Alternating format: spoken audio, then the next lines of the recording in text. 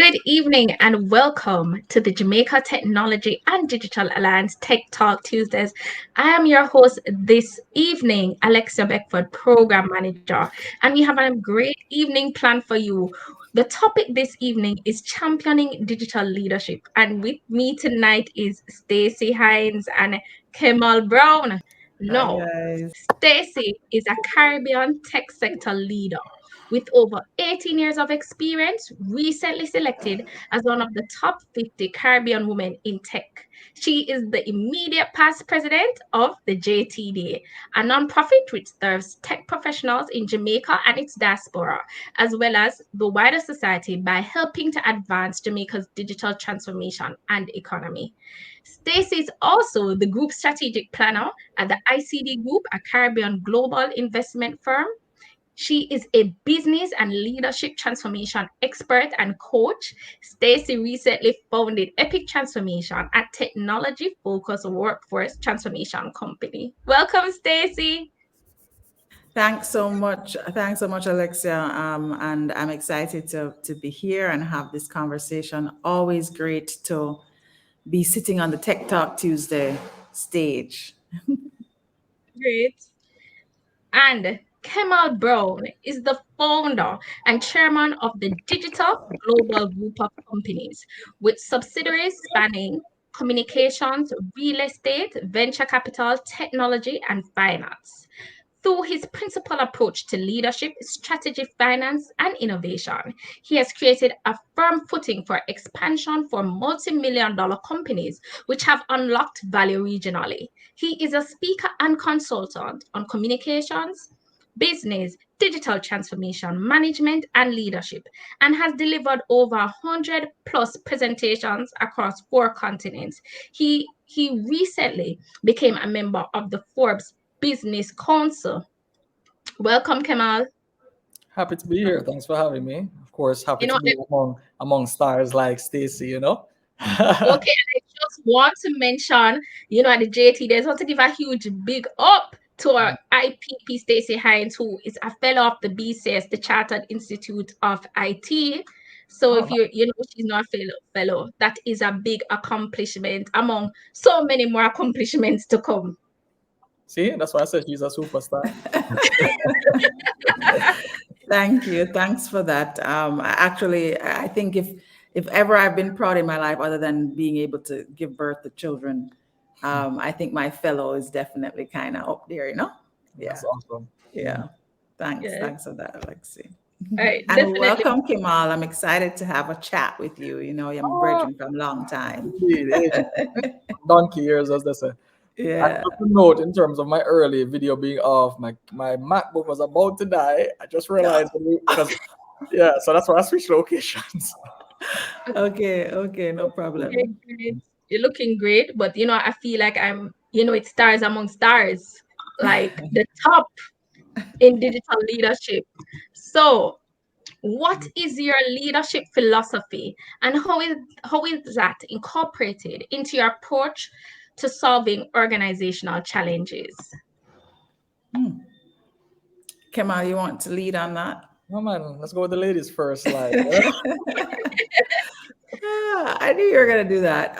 Well, it's interesting, because I think that my leadership philosophy has definitely evolved.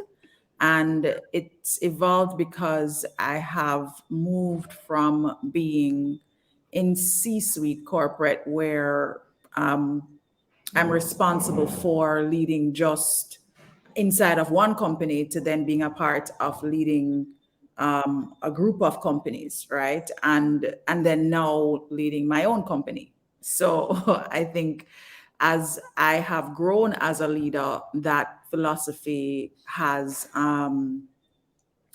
shifted quite significantly. But ultimately, I suppose, what I would consider a core philosophy that I'm now using as a guiding principle, and it's based on just the different things that I've learned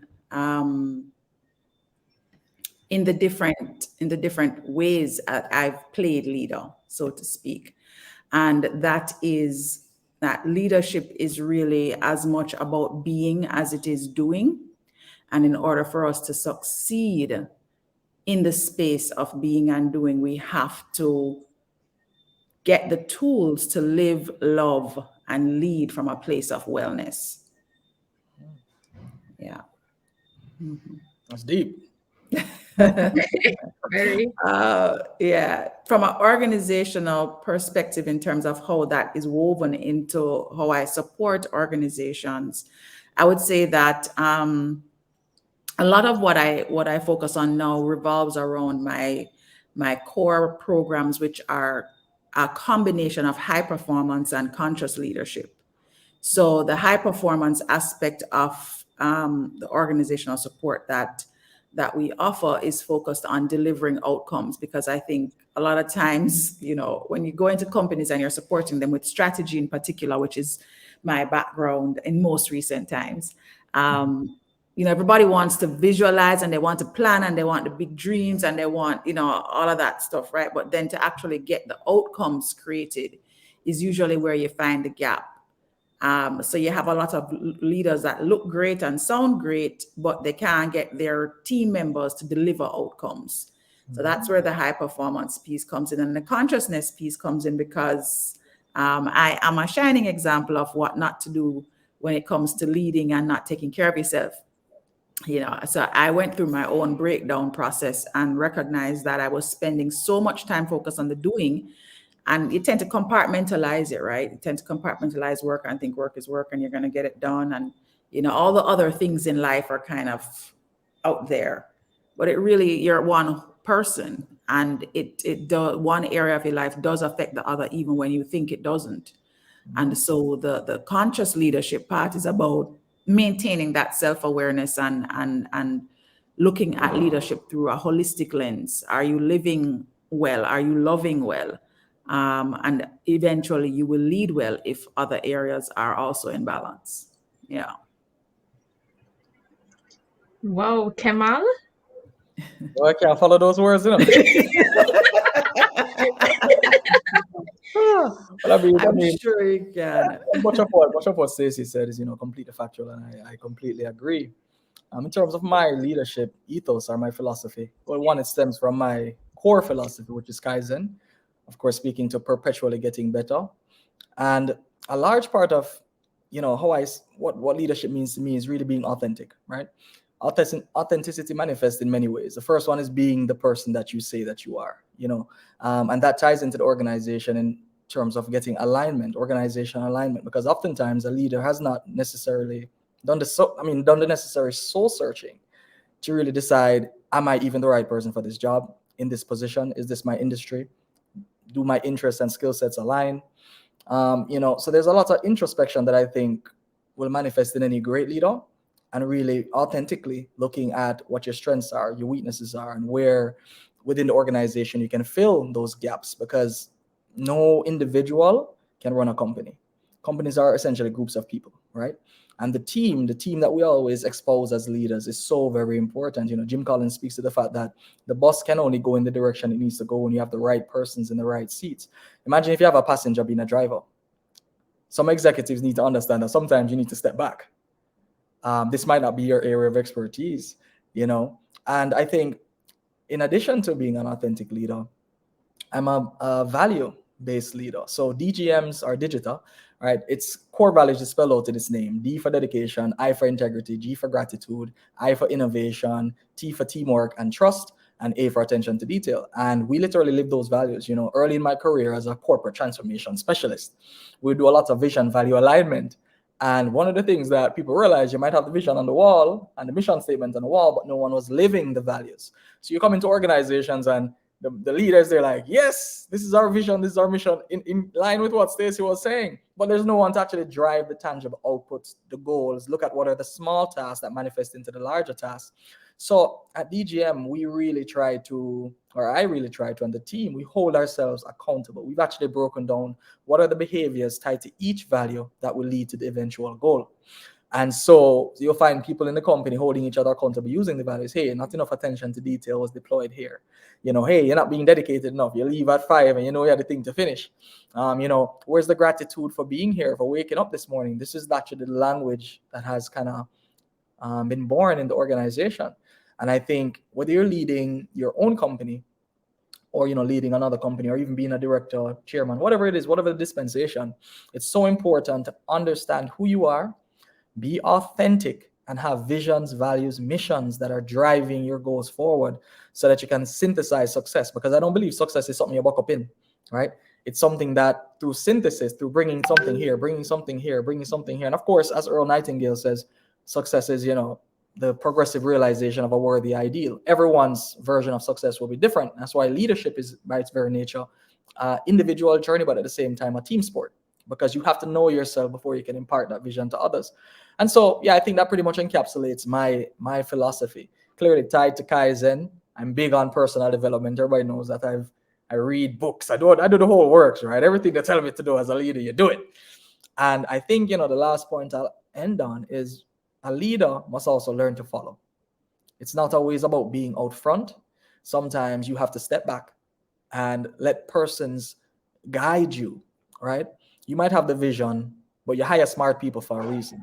And it's essential to let their wings, let them spread their wings and fly and take you further than you probably can go yourself, or probably know how to go. So yeah, that's pretty much my leadership philosophy.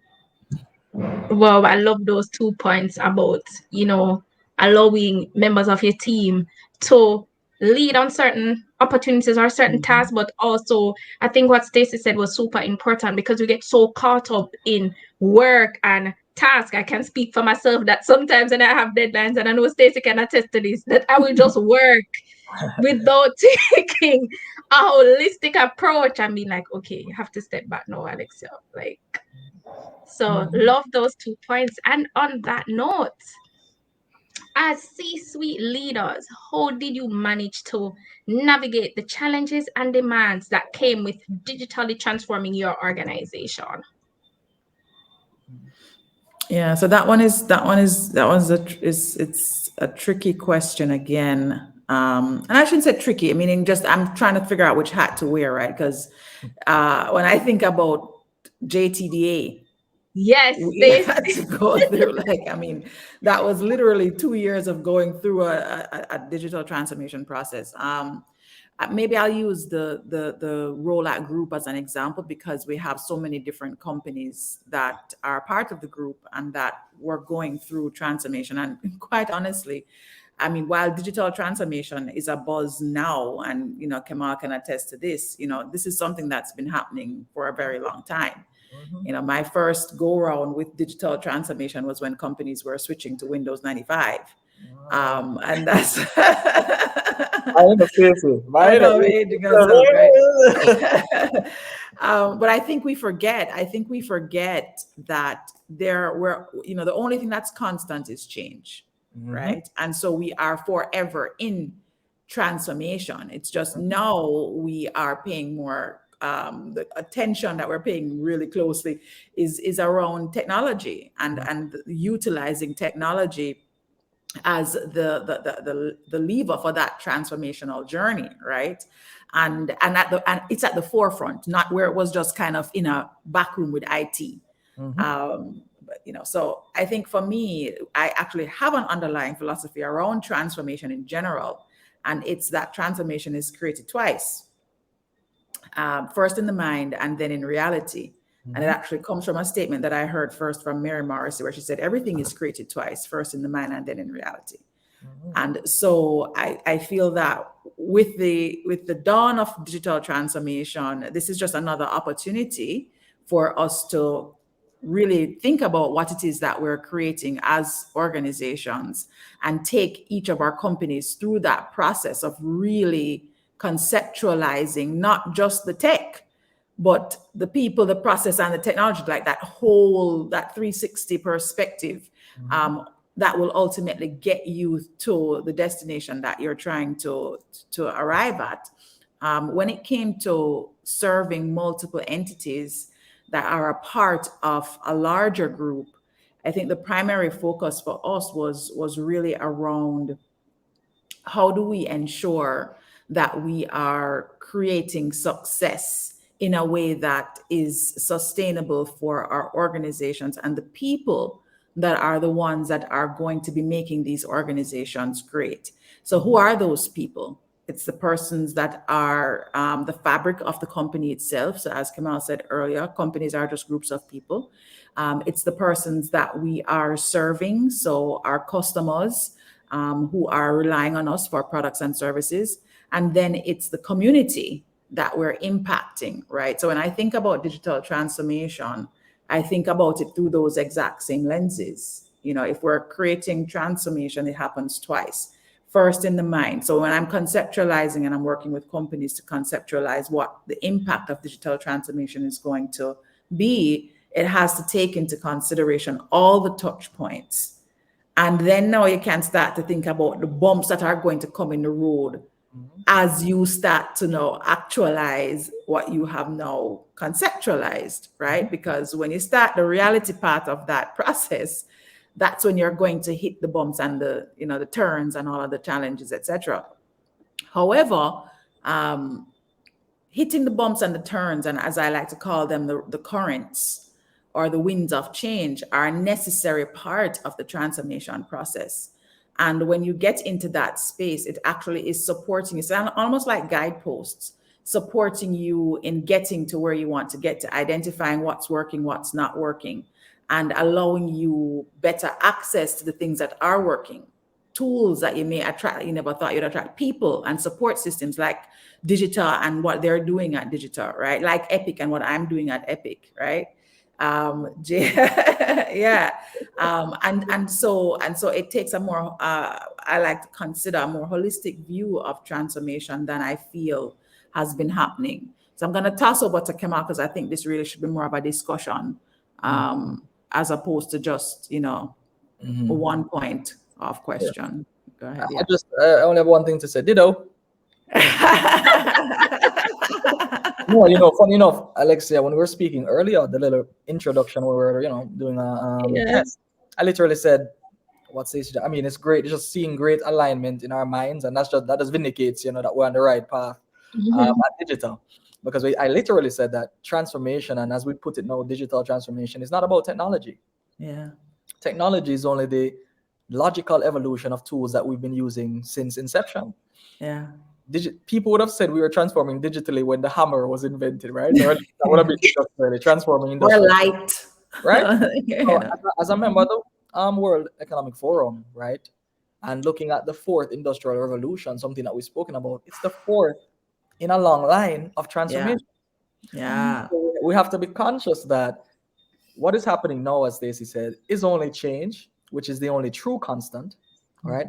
And if we are not adapting to change itself just in our lives, I'm a stoic as well. I'm big on stoicism. Stoicism was a large part of my wellness journey, Stacey, right? Becoming a stoic. Ah. And one of the things that stoicism speaks to and it exposes heavily is accepting reality. Mm. If Kodak had accepted that the digital camera, that things change, if they just accepted that things change, things are going to advance through technology. Markets rise and destroy. Markets rise and fall. People change. All things that begin end. Fundamental nuances around life. We'd probably be having Kodak phones, not iPhones, right? Yeah. Real, Yeah. Look real. at that. It's Look at real. that. And so, in the context of, how organizations should adapt, it's really all things. It's funny. Stacey, you said that quote as well. I was very aligned with everything you were saying. That's why because I have a quote. What one of the Kemal Brown originals that says essentially, mind equals matter, not mind over matter. Literally, Yeah. Mhm. cognitive permutations literally equal reality. Alex, you Absolutely. were saying, Alexa knows me a long time ago when I was hosting workshops for, I had one of my ex-girlfriends cook, little things, and I would have a workshop for like $3,500 Jamaican for like 10 people, 10 of my students back when I was a lecturer, and I just making something Yes. on a Saturday. And from those times, I told her a lot of my plans, and she just Mhm. said before the call, like, Kemal, it manifested, it happened. I'm like, well, with the mind, hard work, diligence, and of course, an aptitude to receive change, not reject it, all things are possible. And I think as Mhm. leaders, one of the main things that we have to do is be receptive to change, understand that literally change carries us along our whole life. We came out of the womb and we keep growing, Yeah. right? Keep changing. And we literally changed. My hair is now black. It's gonna go gray. So I might have some hot boy, sexy gray locks in a few years, right? Let's not Just talk about gray, okay? Can we just not? all right, 25-year-old Stacey, you know? But yeah, I mean, the reality is we focus a lot on technology and we're so scared, about the technology, and especially persons that are non-technical, they're further scared, like Yeah. coding and all these different things. And it's just really understanding that this is just another manifestation of change. And by virtue of that, it's not that you cannot learn about it, it's only adding to your skill set and your tool set. As you said, Windows 98, we now have what? Edge, Windows Edge, or I don't even know because I'm a Mac guy Yeah, now, I'm right? on a Mac. So, and even that is changed. There was a time when I would say, oh, how dare you? I would never use an Apple device. I'm Me like, too. Me I'm like 10 too. now, right? And so my point is, let's focus more on the human side of things as leaders. And if you focus more on the human side, you're not going to be so conscious about what you don't know because you know that you can hire someone that knows.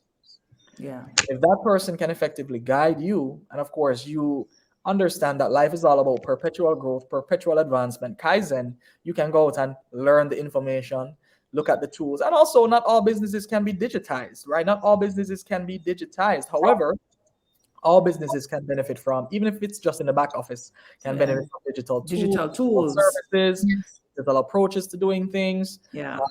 It's just the way of the world, and it's better to embrace versus reject. And even if it is that you're still, a bit insecure around it, nothing is wrong with that. Insecurity is only knowledge unseen. You just haven't gotten the knowledge yet, right? Mhm. It's about going out and getting that information to really drive your ambition, your goals, forward, because it's not stopping. Yeah. They've said, any advanced form of technology looks like magic. Like a really advanced form of technology looks like magic. And if you went back 100 years, let's not even go that far, and you took a picture. When was the Salem witch trials? Maybe the 1800s. Say 200 years. If you took a picture on a smartphone, if you went back and you showed it to somebody, they'd say you're working with the devil because they stole your soul. Yes. And They'd burn you at the stake. They buried you at the stake in Salem, I'd be a witch. right? You'd be I a will witch. lose my head. All right. And so the reality is, fear is a natural emotion for when you don't understand. And true leadership is about overcoming that fear in the furtherance of the advancement of your organization and, of course, the people within said organization. Yeah, and actually, I think Kamal that would have answered like the next one coming up about assisting customers who are unfamiliar, Oh, with adapting, because I think one of the things that it's not just the customers, it's businesses as well, as you yeah. said, who are unfamiliar with the adaptation is just understanding that we're all living a tech lifestyle. Like, I Mhm. mean, it's just a part of life, right? Tech is life now. Grandma has a And smartphone. yeah, everybody has a smartphone. In Jamaica, we have 1.5 phones per person Yeah. based on the data, Ish. right? Yeah. And if companies can recognize themselves as tech companies, I know that's one of the things in my entrepreneur training that I do, wherever I'm supporting, the different accelerators or whatever, and it will invite me to come and talk about digital transformation for entrepreneurs. And it's just, no matter what business you're in a tech business, you're Yeah. either a tech enabled business or you are a business that's providing the technology solutions, products and I love that. services, right? Yeah, I love that. So everybody is in tech. And if we can embrace that and be excited about it and think about what possibilities exist, well, what can I create? I didn't realize I was a tech company. Man, what can I do with that? It's about Um, mindset. Going back to the yeah, beginning, it's really about the mindset because yeah, you are a construction company. Nothing is stopping you from creating a software to remotely manage your fleet and sell that software absolutely, as a subscription. absolutely. And then people in the United States now buy a subscription. And look at that, you're a Facebook. Out of nowhere, Yes, right? So I think it's really just, adjusting the mindsets as you are speaking to Stacy that, being tech enabled. And that's a great, that term is very cool. I'm going to use it. Tech enabled versus, the one providing the tech. Um, because you're right, we're all using technology. Telephone is technology. A telephone is technology. It's just that the tech that people are scared of is further along on the continuum of innovation. yeah, And that's really, and I think for customers, just to continue on the narrative, information. Like I've said this for about a decade now. Once you have access to the internet, a comfortable enough home, and a computer, you can learn anything. Mm-hmm. Right? You can learn anything. And it really comes down to discipline and dedication at that point. Do I see this as important enough? Trust me, when somebody, the first thing people nowadays do when they have a little pain, they go on Google and search and find out that they're dying Yes. in 2 minutes. Yes. WebMD. Right? They find out they're dying in 2 minutes and regret searching immediately, right? So what if we took that same aptitude? I mean, I'm looking at, I run a digital company, I run a digital marketing and technology company. We had our genesis in social media. So many people are just using technology in ways that do not necessarily advance. Nothing is wrong with entertainment and fun and so on, but at some point you have to try to learn from these things. Information Yeah, is flowing through these platforms. And if you can just grab onto some of it, it can literally transform your life. absolutely. Mhm. Yeah. You can just Agreed. give it I a just I space. wanted to Because we I say just it's a wanted to ask a conversation. quick question. We Sure. have seen a prime example of that with banking. I know persons have their grandmothers or baby boomers who, when it comes to banking and using apps, they're not as welcoming. So, what Mm. would you suggest that some companies do when they're trying to move from a more in-house to virtual? What are the steps you believe they should take, especially with those that age group? Well, let me tackle this one. Let me see. I mean, the reality is this: along the adoption curve, you have the early persons, the early adopters, the evangelists, all the different persons, right? And of course, there are natural barriers to certain persons adopting certain types of technology. I would say everything must be done in phases. So, like banks, to use the banking example specifically, just abruptly closing a branch on grandma, it's thrusting her into digital transformation, which anybody being thrust into something is not necessarily, especially at that age, the best approach, right? Because you would accept that these persons would have been banking with the institution for some while, there should be a little bit more soft treatment in the context of facilitating in some way, shape, or form, even if it is somebody at a front desk to kind of help guide the person through and maintaining some level of physical records. The reality is, time will naturally push everything digital, and I mean, you look at just the generational divide, right? Gen Z right now. I mean, my little sisters, my younger sister, she communicates through emojis. That's her primary and gifs and memes, and she's so good at it. And I run a creative age. I'm not as good as she is. Right? I'm not, and I can see that logically. What search means to those individuals is not Google, it's TikTok, it's Instagram. That's how they're searching. Yeah, And Yes. so I think as businesses, banks, anyone, we have to be aware that the world is changing, and we don't want to alienate anyone, right? And yeah, you don't want to abruptly make moves that make that dispassion, because you're serving customers. One of the main things is you are in customer service if you have a business, right? And you don't want to ever alienate your customers or create negative sentiments that could have been, kind of sheltered with a bit of softness, which is, skills training, maybe sending a representative to church on Sundays. I don't know what the banks want to do. There are many different strategies, right? That's where grandma is domiciled most of the time, yes, and kind of having them speak there. There are many strategies and tools, but I believe in sensitization, right? Building awareness of what this will mean ahead of you making the change. All change must be staged and in phases, as I said. So sensitization, right? From sensitization, you have a bit of training and skill building. It is necessary to build skills in any ecosystem that you're pushing forward, right? You have the sensitization, then you have the skill building, then you have the phased implementation where you go along the adoption curve and you have the early adopters and you kind of move them along the line. And then you have those at the back that are the stragglers, and you see as best as possible how you can maintain infrastructure to serve them. If it is that they never, because grandma is not necessarily going to change, yeah, but you know that, and I don't mean to be morbid, right? But the reality is, persons will transition, and over time, everyone will be technology enabled from just the inception. yeah. You create the framework and you let time do the work. And I don't mean to be morbid. I didn't say what I was saying, but you get what I'm saying, right? So it's just a reality. It's a reality of time. I mean, if you gave a caveman a cell phone, they would hit you in the head with it, right? So Yes, it's true. it's just really adapting. Over to you, Stace. Yeah, the only thing I would add to that is a huge missing. So going back to what I was saying before, when we were talking about what we have to consider with transformation and its people. And Mm-hmm. if we are really in the business of serving, because that's ultimately what you get paid for, Mm-hmm. right? It is how well and how long you serve, right? That's something that Jim Rohn talks about a lot. You know, your income and the way that you experience your life is equivalent to the service that you put forward. And what I think is missing a lot in today's transforming world in the space of going digital in Jamaica, I'm not necessarily au fait with the rest of the Caribbean, but certainly in Jamaica, is really looking beyond what is cool with the tech and making sure that we are serving the needs of the Mm-hmm. persons. My mom told me a story last week that she was in the bank. I won't say which one.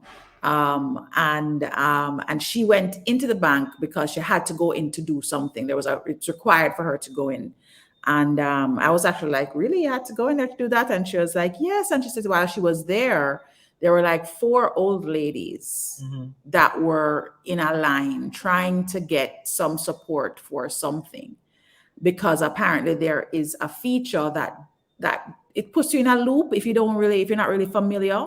Mm-hmm. And my thought process was, why is it it's summer, why is it that we don't have several interns who Yeah. won't cost the bank a bag of money serving these Mm-hmm. senior citizens who are invariably not going to be as tech savvy? Mm-hmm. It's low cost, it's efficient, and it hits the service button, satisfaction button. And I have a grandma, I'm sure everybody in the bank have a grandma, living or not, right? And Mm-hmm. we love our grandmas. Like, we don't want them to be suffering. And I can just imagine being in the bank for hours, can't figure out how to use a tech. And so I think we need to do better.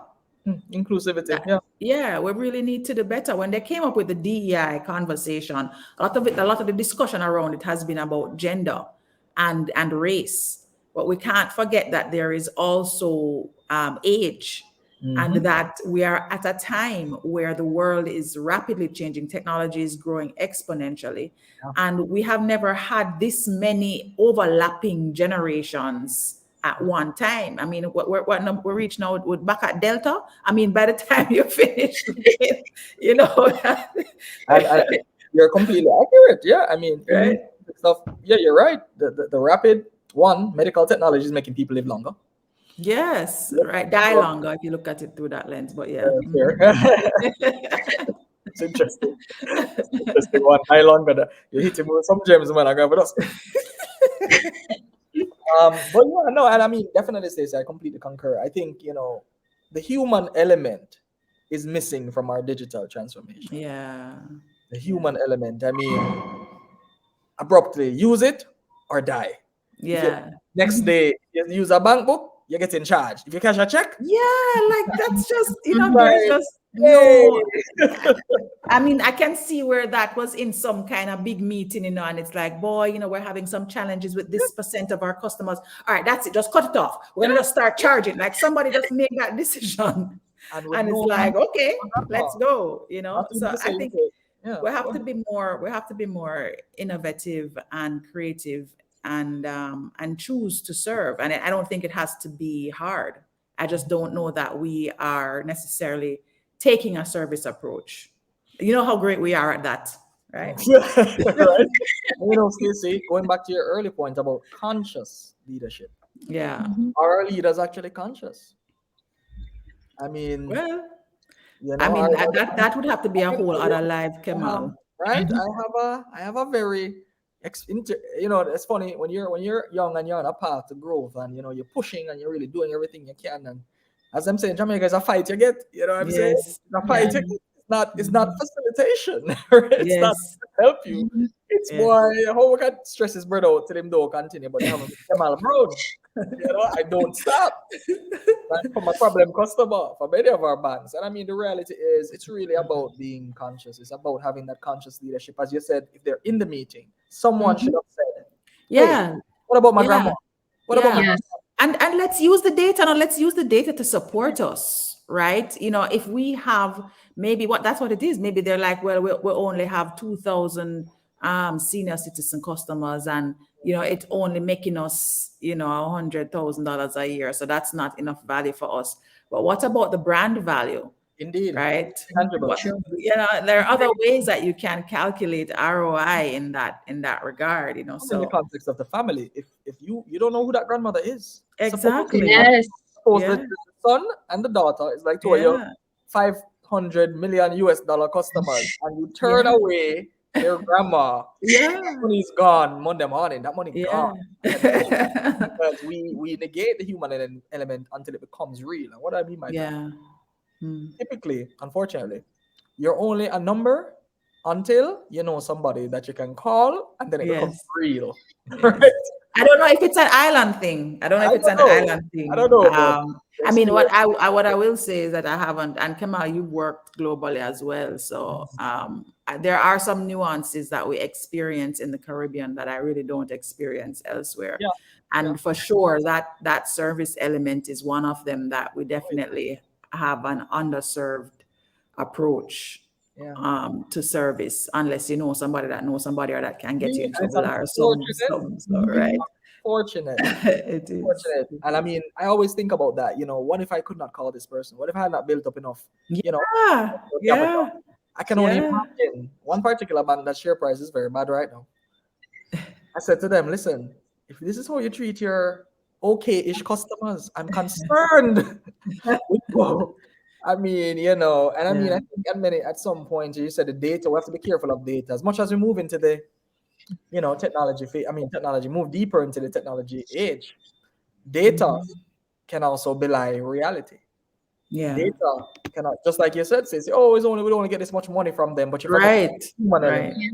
Yeah. And Yeah. so data has to be matched with conscious leadership, as you said. Yes, absolutely. Alexia? Totally. I totally agree with that. Like, I'm just listening, like, whoa. There's so many gems right here about conscious leadership and serving. And I think that is so important, and that is missing. And digital transformation or digital leadership is not just about, digital, it's Yeah. about persons and Yeah. adapting. And I think if we take it from that standpoint, sometimes a lot of persons hear digital transformation, digital leadership, and it's a scary word to them because digital is in front of it. But just the way Stacey and yourself present it, it's like there's change, there's life, there's death. These things happen. So just adapt, Mhm. Yeah. Most def. right? So we have seen a shift in how organizations are structured, where there is more of a horizontal flow of control than historical vertical flow of control. How has technology, digital transformation contributed to that? And how does this affect the decision-making process of organizations? Well, you know what's funny about this, and it's interesting that Kamal mentioned the Kaizen method earlier. Mhm. I think what we see is a fluid change in organizational structure. I don't know that I necessarily believe that we've gone from vertical to horizontal or more flat. Yeah. I just think that we may have more visibility into Mhm. organizations that have taken a different approach than a traditional approach. Mhm. And I think that we will continue to see an evolution of different types of structures in organizations where it becomes more matrix because that's what works for that type of entity. And in some instances, that vertical structure does work better for some entities, depending on what it is that they are creating and who it is that they are serving. Mhm. I think in any structure that you have, technology is an enabler, and Mhm. that's what it is. Technology enables you to achieve the creation of this vision that you've created, and I and I feel that the more exponential growth we see, the continued exponential growth we'll see, we'll have more magic happening, and that's the part I love. I love the magic. Mm. I love it when I use tools just for myself in my own little company. And I'll use a tool today, like SurveyMonkey as an example. I've been using SurveyMonkey since before I lived in Jamaica, like God, Mhm. I don't know, 2006, 7, right? And now I use SurveyMonkey and I'm just like, oh, they just put in this new little feature and I don't have to do this anymore. And it Yeah, just, yeah. you go through this kind of experience. That's how I experience it. And I look forward to the innovation that shows up in the way I'm able to do business better and able to serve my organization better, regardless of the structure, right? So that part of it, I really enjoy. Kemal. Sure, I think that's a deep point, Stacey. Lots of gems as usual in terms of just the visibility, right? Because persons might be saying, "Yeah, man," but it's really, are we really changing, or is it just the Silicon Valley Forbes list and all the different people that we're kind of pushing out Yeah, in the media, yeah, yeah. and they're not talking about the failures of some of these models? Michael Leachin, Mhm. one of my mentors, he says that you only invest in companies where there's autocratic leadership, meaning Mhm. a very strong leader that knows the business. That doesn't mean that you don't give an ear to your team, but decision making must be singular on the basis that indecision costs too much. Now, I don't necessarily only agree with that model, but as Stacey said, there's a ton of organizational structures. I haven't really seen horizontal, to be honest with you. The Like C-suite that is flat, always, yeah, that the flat. I C-suite haven't is really seen. always, and tragic stories. Zappos, as you know, had a structure like that, and the founder by committed suicide. Very successful company purchased, acquired by Amazon. That was a company that was very experimental with many different. And I'm not drawing any synergies between suicide And the horizontal and structure. horizontal. Right? Let me just put that point out there for some of the pundits that are a bit. But the point is, the reality is, organizations adjust and adapt based on what works best for the organization, the people within the organization, and the goals that they have to achieve. Also, there's also flex. So there's something Mhm. called wartime CEO versus peacetime CEO, right? Mhm. Peacetime CEO, guys, let me hear everyone's opinions, right? Yes, very democratic, very Very democratic. democratic, very like, let me just, you see, wartime CEO, Yeah, go there. different. It's a different Yes. modus Go operandi. there, blow up that. Go up that place, Yeah. fire those 500 people. It's real. So I Yeah, think yeah. once again, going back to the change narrative, we have to be very conscious that things flex. I mean, organization at 10 employees, organizations function very differently at 50, very differently at 250, very differently at Yes, 1,000 and 30,000 and onwards and up there. Because guess what? The old models just don't work. absolutely. This is not tied to digital transformation, it's tied to people transformation. Mhm. Some persons need a lot of oversight. You know that you have to have a manager over that person, right? Even though they're good Mhm. executors. As you scale, that doesn't work. That means you need to change the people because everybody can't be watching everybody. It's a nexus of leadership, organizational development, all of these things. But I think one of the things you just have to be conscious of is that an org chart is just that. It's a chart. That doesn't even mean that the person's play like that within the organization. Yeah, You might think it's the CEO making the decisions, it's the COO running the show, and the yeah, CEO is just up here as so. yeah. One note I wanted to make about something as simple as Zoom, and clearly I don't know if any studies have been done on something like this in terms of workplace dynamics, but in a Zoom chat, everyone has the same screen size, everyone is equal on a Zoom chat. Maybe somebody should look into this, right? Does that affect persons willing to speak more in a meeting versus when you're around the boardroom in person, intimidated, and the leader's at the head of the table, and Right. the thing there's there, and then you're at the back somewhere and you're kind of sheepish? Does it affect input? So is the technology actually facilitating more input and collaboration in organizations versus taking away, which people are assuming, at least between the C-suite and the rest of the team? Because Well, teams normally collaborate, but does it mean that I'm gonna speak more in a meeting? Maybe, I don't know.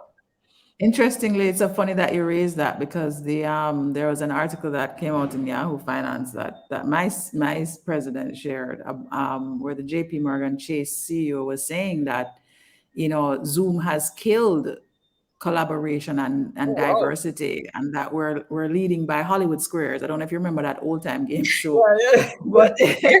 but but I thought he made some very interesting points. I mean, he seems more like an autocratic leader to me, Oh, so that's to Jamie speak. Jamie Dimon, right? Yes, Diamond, Oh, I love yes. that. Jamie.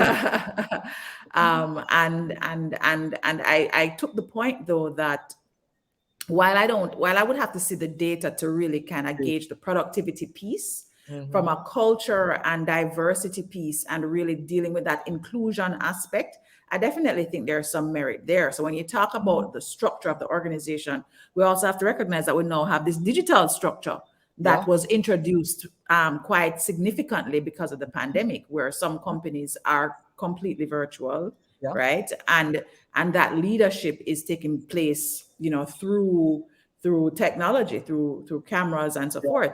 But Yes. it still does not replace a general reporting structure, which may very well be vertical, Indeed. right? But it does impact how you relate to each other as teams. So that was a great point that you raised, Kamal.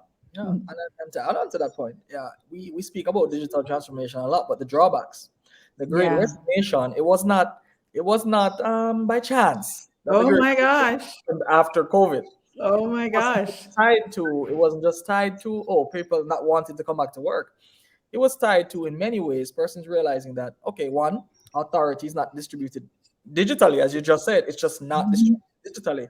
When you're in the presence of your CEO in an office, doors closed behind you, it's a different level of respect than here's this talking head, as you just said, by my Yeah, yeah, Mhm. so, and also it's in many ways killed the culture. I mean, unless you're a company absolutely. that is doing hybrid or has sports days and all these fun Yeah, little you things. have to actually now intentionally do cultural Yeah, activities in yeah, order to the maintain main that thing. connection. So there's Yeah. no more water cooler conversation. I mean, DJ Yeah. was virtual.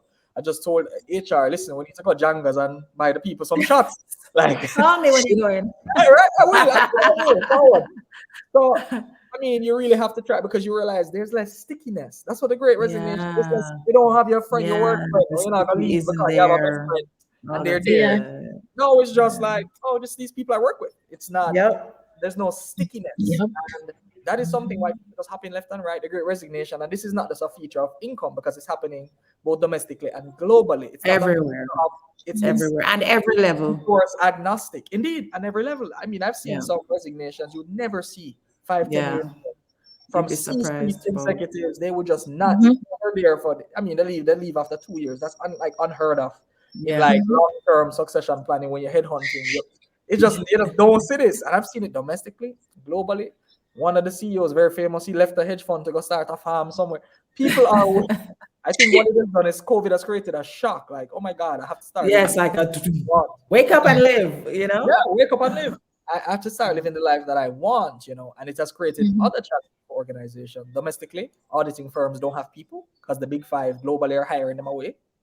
Medical practitioners domestically, it has made the world smaller. People just feel like fluidity in terms of movement is easier. So there are a lot of Mhm. psychological impacts and nuances that we haven't really explored As well. Yeah. as well in Agree. terms of the organization. Why are people leaving? It can't just be income. It can't just be why are people staying? It can't just be income. It Yeah. can't be is it that Mhm. this person's psychometric evaluation shows something different and I mean the data guides all right, but at the same time Mhm. you must make decisions based on your humanity. So data is important, Absolutely. but you make decisions based on your humanity. Yeah. Agreed. Some really great points here. Really. Yes, Alexia, I look Really. at the time and I'm like, oh, one more question. That's Yeah. all. Yes. Because So hold on. How can businesses strategically plan ahead in this digital era? well, I You guess maybe because I'm an old time practitioner, I don't. I just think you do what you normally do, Mhm. but with a bit more agility and flexibility. Mhm. I think it's really important for us to not toss out the baby with the bathwater. It's Mhm. almost like they think, oh, it's digital era now, we have to just start everything new. I think there are some disciplines that remain. So the process of strategic thinking and planning, I think, is one of those things. You do want to think far ahead. I don't necessarily align with some strategic practitioners who say, yeah, man, do the 10-year plan. And that's because I'm a technologist. Mhm. 10 years from now, it's going to be very different, With floating in right? cars and things and Right. So I don't know what that's going to be. So I think there's some aspects of the discipline that shift, but I definitely think that you should have a strategic planning rhythm that is consistent, agile, and replicable, as well as being flexible. You have to keep yourself open to the shifts and the changes. I'm not a huge fan of balanced scorecard Mhm. because I do think it is significantly attached to a time that has passed. However, there are aspects to the balanced scorecard that I think are still relevant today in the planning process, and we should utilize that. I'm definitely more aligned with more an agile approach to planning, which is the OKR methodology. I Mm-hmm. think if you have a big dream or a big vision in OKR methodology, they call it your North Star. You Mm-hmm. have this North Star, you can then pull in aspects of your core strategic components, the people side, the learning and development side, the customer side, the market side, the financial side, pull that in and then iterate in a way that is going to start showing you results faster. So Mm-hmm. you're not waiting until you reach the 5 year mark, God forbid the 10 year mark, before you decide whether the strategy Mm-hmm. work or not work. Right. Mm-hmm. And even if you have a 5 year outlook to say this is where we want to be in 5 years time, at the end of year one, you know where you want to be to get to that 5 years. And then even further down, in 90 days, this is what I'm going to do. So I can it's like I'm following the Jesus breadcrumbs. I know that this little step is going to get me closer to that. And if not, I have to pivot. And if Indeed. the pandemic did not teach strategists that particular point, yet you need to go back to strategy school. That's just my perspective. And Yeah. I think, yeah, no, definitely, I agree. Funny, I was watching as you were speaking, Stacey. I remember, and I want to speak to one thing, just add one point: culture. I was watching Yes. was watching this series on Netflix, a documentary, like 2 nights ago or last night. I don't recall. Days just phasing into each other these days. That I mean, so and it was essentially looking at a Chinese company, the largest Chinese glass manufacturer, was was started a U.S. firm. So they did FDI, foreign direct investment, in the United United States. States. They took over old Chrysler factory, remodeled it, spent 500 million US, and the Chinese boss chairman came over. And you see all the Americans, Caucasian Americans are like having to learn the thing and bowing, and I'm just like, this is interesting. But this is where the crux came. The efficiency that they were experiencing in China, they could not get out of the US workers. Why was that? Ah, In China, they had 2 days off per month. In the US, as the people land, they're like, union, union. The chairman is like, listen, if you want to remain VP, so I'm telling the VP, if you want to remain VP, ensure this union thing doesn't come to pass. The union doesn't serve us, right? That's what the Chinese right. chairman said. And eventually, of course, they start protesting, as Americans love to do. Of course. Some of them get fired. They brought the wage down. They actually cut their pay to the minimum, like think like $12 something for like factory workers, and they still cannot eke out the productivity that they get out of the Chinese workers. In China, they would line them up like army people when they Of have course. It's work. a it's a different type of Like culture. in America, the guy came back and he's like, I'm gonna try some of the things I learned. He's like, come guys, let's line up, stand on that square over there. You want to see them on a bad eye, the brother catching, like, and people just like, we think him did, so Clearly, they've never heard the Peter Drucker. right? They've never heard it. Never heard of him, man. So culture is such an important nuance that people miss. Oh yeah, Domestically, I mean, it's something we have to account for. Are yeah, Jamaicans very productive? I mean, efficiency is one of the hallmarks of DGM. And I can tell you our workforce is not equipped for it.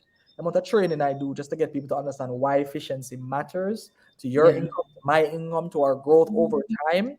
The fact that if you finish one project today and we can get that same project done daily, we can earn on that project daily. And that is how we grow. That is how I can grant praises over time. Just these fundamental principles are just like moot. People don't necessarily understand the importance of certain things. And so technology has only exacerbated that. And I think put a lot of us culturally in Jamaica under stress because people want yeah, things like this now. yeah. You can't say, oh, I'm late to work. Late to which work? You just roll over and grab a laptop, brother. Get up. You can't. There's the things, Then the next thing, one of the things that I think, it has changed is the reality that when persons used to leave work and got to burn off some steam, they more quitting on a Friday, right? But they go after them, have some drinks, and them level out. There's no leveling out. You're at your Yeah. home all day. You're stressed out, and I think also contributed. So I mean, it's just important to contemplate culture in all the planning, and as Yeah. this agile and being, quick to pivot and iterate is essential because I wouldn't even plan beyond like 2.5 years at a high level. At Yeah. a high level, I won't even plan beyond 2.5 years. And I mean, clearly for manufacturing cycles, that's horrible. But most manufacturers, depending on the nature of the product you might be making, if you, like for example, domestically, Grace, people gonna always eat your food. You don't have to worry that hard, right? It's just your supply chain you need to kind of work out, if anything, like where you send products to, right? Based on market, based on many things. But like manufacturers of like specialized goods, you have to be very careful and strategic because clearly, capital investments in manufacturing plants, 5 years to build it out. Yeah. To really know what's going on, is there going to be demand for what you're doing? And so, as much as technology enables the pace of our current change and the pace of the consumer adoption and the fact that consumers just change their minds so frequently, gives rise and destruction to business. Look at Revlon. Rihanna destroyed Mhm. Revlon. Revlon filed for bankruptcy. I never thought that would happen. When I saw the Mhm. article, I was like, I don't know nothing about the makeup. But the point is, I know that brand for years. Like it was Yeah. a and Rihanna come in 2 years and mash up them thing, and Kylie Jenner come in 2 years and mash up them thing. So Yeah. Mm-hmm. we're gonna see a lot more Kodaks. We're gonna see a lot more. Absolutely. We're gonna And see a I lot. don't, I think there is a lot of denial about that. I Oh think there's a yeah, lot of denial about that. So Fashion Nova. I enjoy the observation booth. Mm. You I know? want to start short some stocks. That's what I need to get into. I need to start though because no man is coming. And I mean, Fashion Nova, I mean, just the fact that digital social media has forever changed the world and Oh access Mm-hmm. my God. and change the Agreed. access to influence. Influence, if people aren't aware, is one of the purest forms of sales. Yeah. It's not true influence. Because what do we do in general? When you're even asking somebody on a date, you're influencing that person's decision based on your Yeah. rapport, based on whatever. Mm-hmm. And so the reality is, if you commodify that, it's one of the most powerful things. That's why you have Kevin Hart. He's opened a restaurant. He's Yeah. doing it. Everybody has a tequila brand. Realize a brand is one of the most powerful things in a very decentralized, democratized world. Mhm. I know you, I trust you, I buy from you. And at Yep. a very No small like scale for trust. business, yeah, man. And at the very small scale for just business people doing business, I think we need to stop doing it for likes and ensure that we are aligned though with all the people that because inauthenticity as well rings true in business. Many times you find businesses fail because of social media as well as much as they grow. Mm-hmm. One bad move, if you're inauthentic, you say you're the best service, but you treat people poorly. One bad Yep. review ends you. So Yep. everything is symbiotic, and it's just an appreciation of where the world is going. But also, there's a book that the title goes "Only the Paranoid Survive." It's an industry startup book. I don't remember who wrote it at this moment, but it speaks about the fact that listen, this guy in the company, he literally was just worried about everything. He was always just paranoid. What's gonna happen here? What's gonna happen here? Only the paranoid survive. And I mean, clearly, I'm not telling anyone to go to paranoia, but at least have an awareness that things will not always be done as they were done. And your business could be on the chopping block if you don't adapt quickly. And adapting quickly doesn't mean buying a Zoom subscription, right? Yep. It means, is this business even going to be around? And really having those hard conversations. Is this business going to be around in 5 to 10 years? And how can I begin resource reallocation Mhm. to sort of start a little thing and go over and little by little? Like Yeah. Slack, for example, was the internal tool used by a company. They used it to communicate. It was never the product. It was only a Right. tool they built. Similar with Gmail. Indeed, it was Gmail was the internal. internal. I Mhm. know Slack is. I mean, my company can't run without it. So Yeah, I think that that's that says a good. lot. Yeah. So agreed.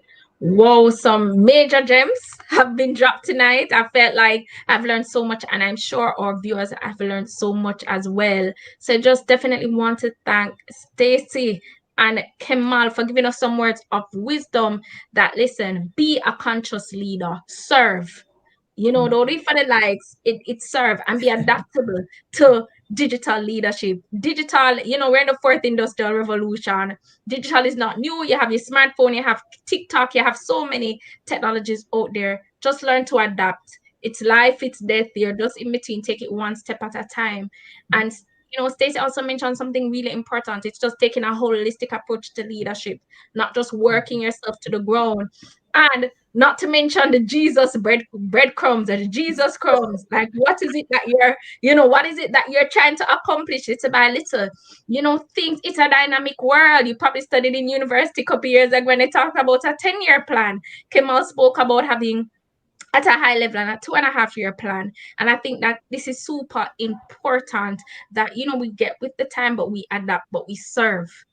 and we truly, as leaders, we fulfill our purpose, whatever that purpose is, not just for likes, as Kemal said, but what is your purpose? What are you bringing? And when you bring value, then that will be rewarded. And most importantly, the culture in your organization is important. What culture are you developing? And if you have not checked out digital global services, check out digital and check out Stacy at Epic Transformation. I mean, these two are leading the stage for digital leadership in Jamaica, and not only Jamaica, the Caribbean. I'm sure you can reach out to them. And if you are not a member, because these two persons right here are members of the Jamaica Technology and Digital Alliance, if you're not a member, what are you waiting on? Go on www.jtda.org and become a member. Look out for our newsletter. And I'm so glad that you tuned in with us, and we cannot wait to see you next week. Thank you so much for joining. Bye bye, Bye. Everybody, everybody. take care.